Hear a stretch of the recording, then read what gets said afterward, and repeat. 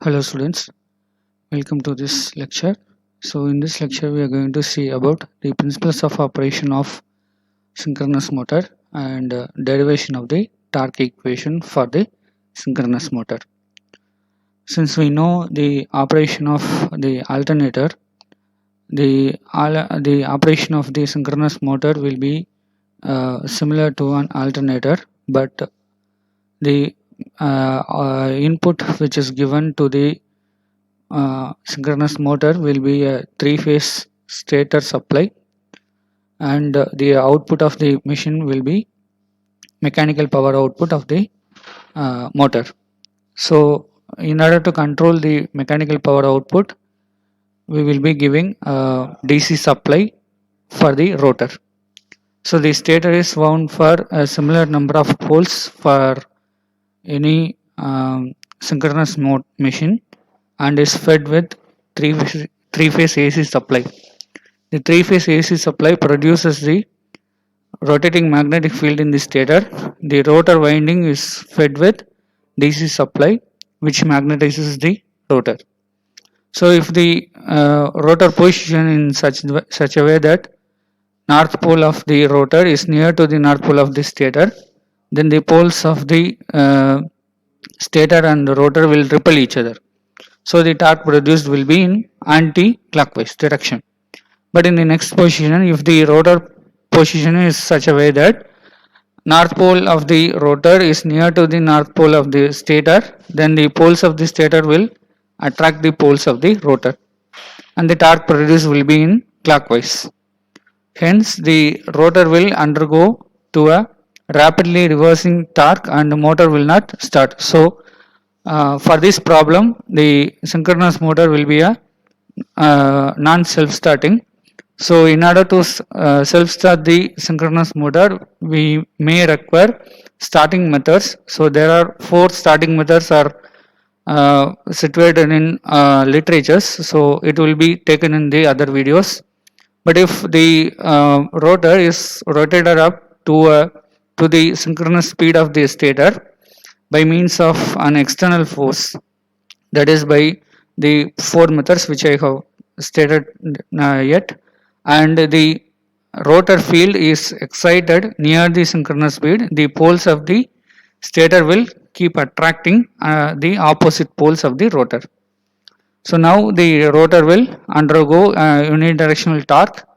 The opposite poles of the stator and the rotor will get locked to each other.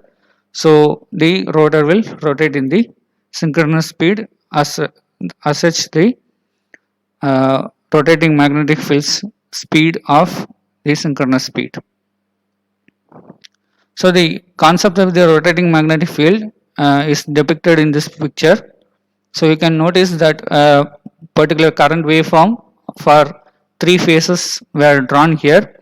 So IA, IB and IC were drawn, and for this for the time stamps of T1, T2, T3, the particular waveforms are given. So the equations of the voltages which are given to the input for the stator are given in this particular equation. The A is going to be the maximum value of a particular sine wave. So the first sine wave will be at 0 degree reference, and the second will be 120 degree apart, and the third will be again 120 degree apart. So from the first, if you refer to the third one, it will be around 240 degrees apart. So by this way, the windings of the stators will also be wound, and the stator poles are being generated as such we have seen in this particular figure, because the clockwise rotation of the particular magnetic field will give the north pole and the south pole at the each ends, and also the same will be for all the directions of the rotating magnetic field.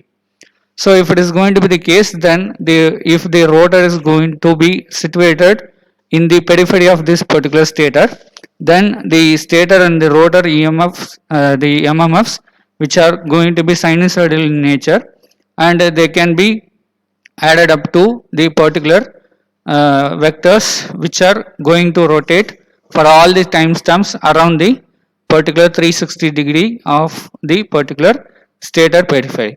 So that is what is being depicted in this particular picture. So by using this particular rotating magnetic field, the stator will be rotating in the 120 in the synchronous speed, which is called as a rotating magnetic field, and the speed of the rotating magnetic field can be found out from the formula called the speed, which is going to be equal to 120 f divided by p. So the f is going to be the frequency of the supply, and the p is going to be the number of poles in the particular machine. So now we are going to derive the torque equation for the synchronous motor.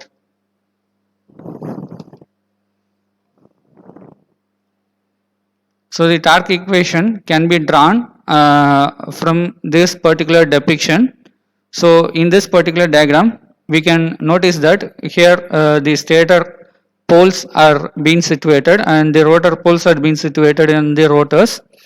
The axis of the stator field will be along the x-axis, and the axis of the rotor field will be along this particular axis, which is situated from the particular particular stator field of an angle of alpha. So we can draw the peak values of the MMFs which are generated from the flux which is produced by the stator and the rotor fields are going to be given as F1 and F2. So from this diagram we can draw the F1 F2 as we have given these as the spatial vector diagrams. So these spatial vector diagrams can be drawn as F1 as an base vector and F2 which is situated along this particular periphery of the angle of alpha. So we can draw the resultant vector from this particular diagram as the FR. So the FR that can be found out from the sine law, the cosine law as follows. So the FR is going to equal to root of F1 square plus F2 square plus 2 F1 F2 into cos alpha.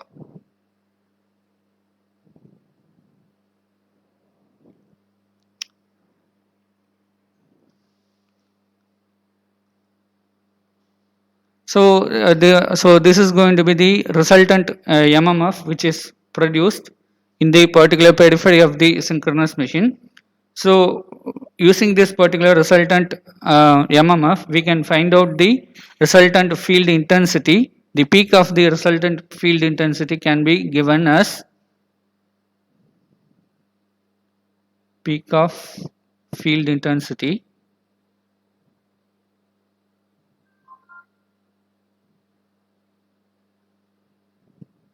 HP, which is equal to the resultant MMF divided by G. So G is the length of the radial air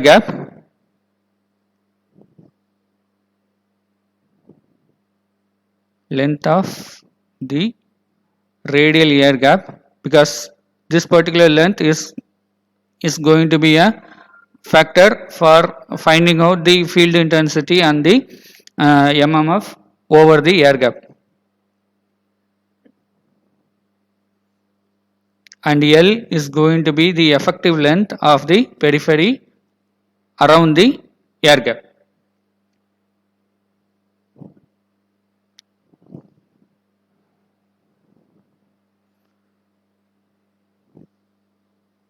So in order to find out the magnetic field intensity, we require this peak EMF field intensity wave equation. So we will be using this so the magnetic field intensity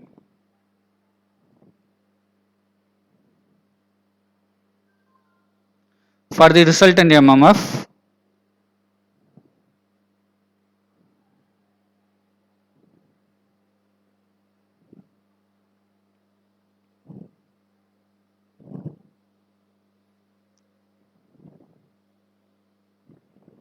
Hp is going to be equal to Fr divided by G. So the co-energy density for this particular arrangement of the doubly excited machine, because the synchronous machine is going to be a doubly excited machine. So for any doubly excited machine, the co-energy density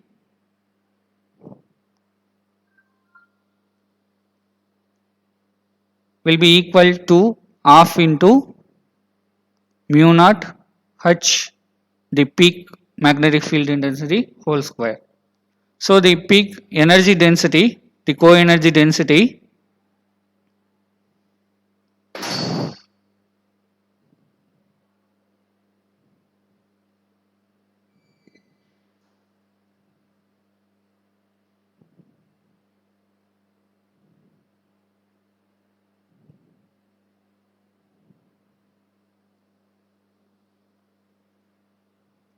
equal to the half into mu naught Hp square. So we can write this particular Hp from the previous equation. So we can write this particular equation as half into mu naught divided by G square, because mu naught Fr divided by G will be the peak field intensity. So we can replace that particular peak field intensity by Fr divided by G. So that can be written as Fr square mu naught divided by G square into half. So from here you have to find out what is the value of this particular resultant field intensity, but here the resultant field intensity have to be found out from the MMF of the stator and the rotor fields. But we can find out this particular the square of this particular resultant MMF from the average of the square of the sine wave, which is going to be equal to the half of the peak value of the sine wave. So from this particular law we can find out the average value of this particular resultant field intensity by making the peak value of this particular field intensity half of the uh, peak value of the resultant field will be given as the Fr squares value. So the average value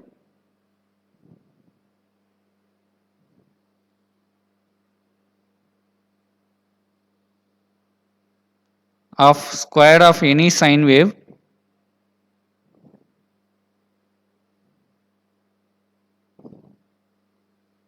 will be equal to the half of the peak value of the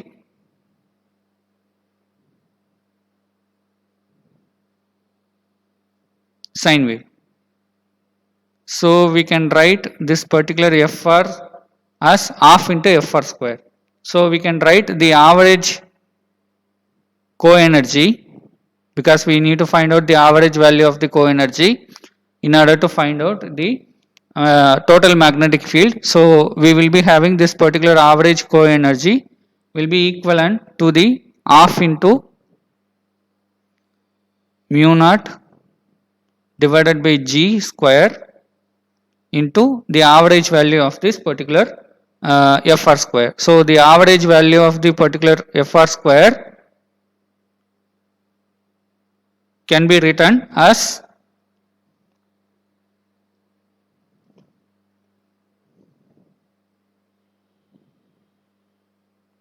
half into mu naught divided by G square. The average value will be the half of the peak value. So half into the peak value will be Fr square. So from this we can write is 1 by 4 mu naught Fr divided by G the whole square. So the total magnetic field can be found out from this particular equation. So the total magnetic field will be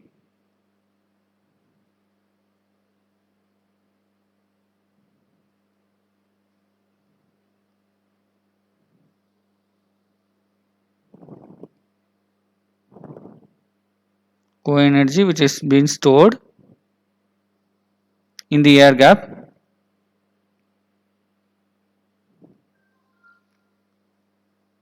this can be depicted as W dash, which is equal to the average value of the co-energy into volume of the air gap.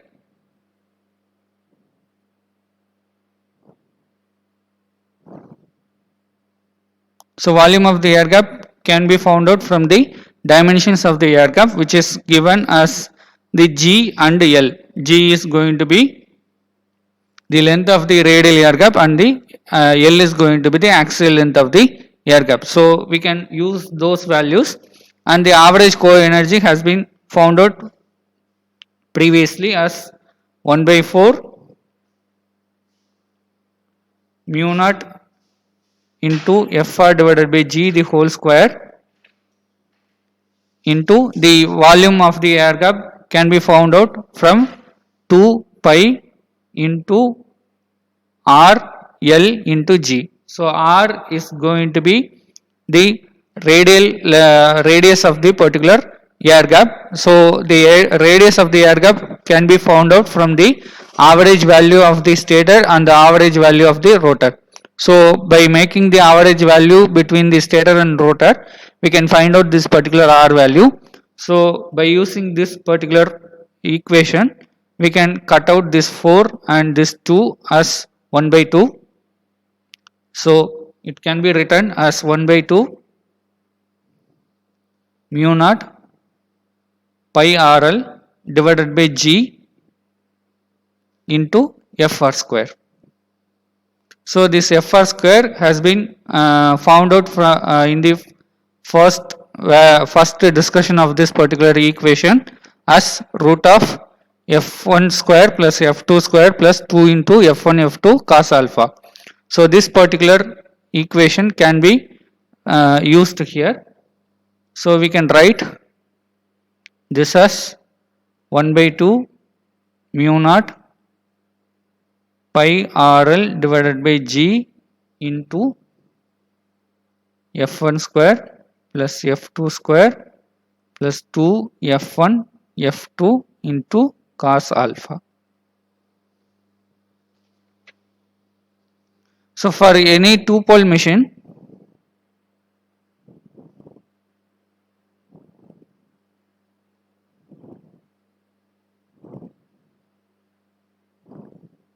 the mechanical degree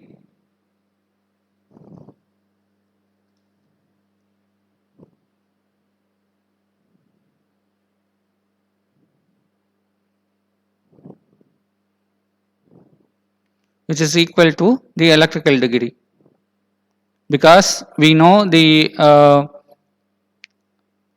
relationship between the mechanical degree and the electrical degree, as if you are going to apply the mechanical degree for any machine which is having p poles, then the mechanical degree will be equivalent to p by 2 into electrical degree. So if it is going to be the two pole machine, then the mechanical degree will be equivalent to the electrical degree.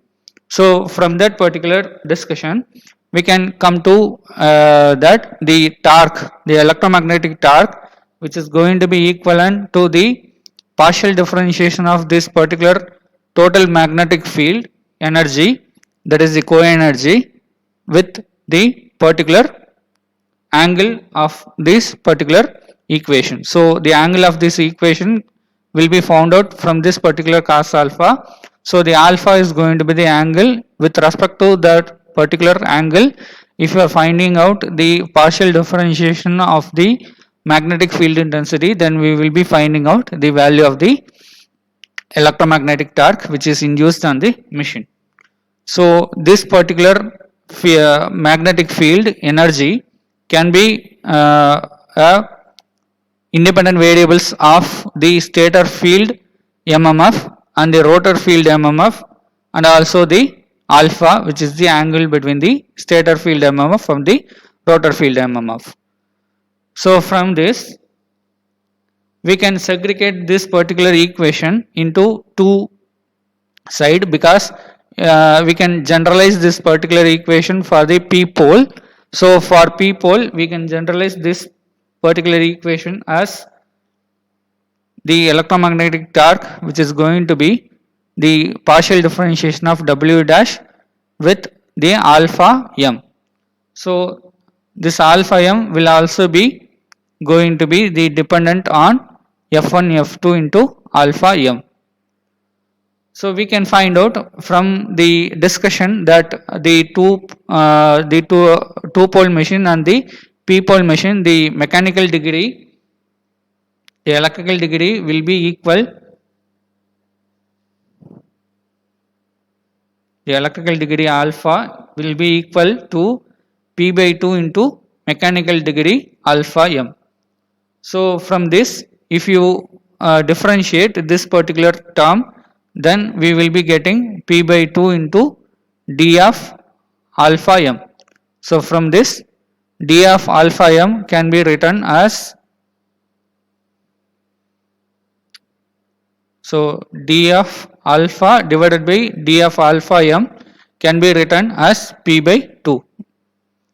So this equation can be written as the two equations from the chain law of the differentiation, like dou w dash divided by dou alpha into d alpha divided by d alpha m.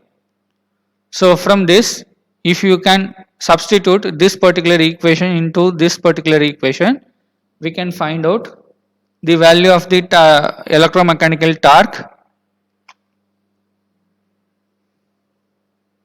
So the electromechanical torque is equal to p by 2 mu naught pi r l divided by 2g into the partial differentiation with respect to the alpha f1 square plus f2 square plus 2 f1 f2 into cos alpha. So if you make this particular partial differentiation, we can come to a conclusion that the electromechanical torque can be found out as minus p by 2, because we are having cos alpha. So in order to differentiate this, it will be becoming as minus p by 2 into mu naught pi rl divided by g into f1 f2 into sin alpha. So this is the required equation of the torque that is produced in the synchronous motor.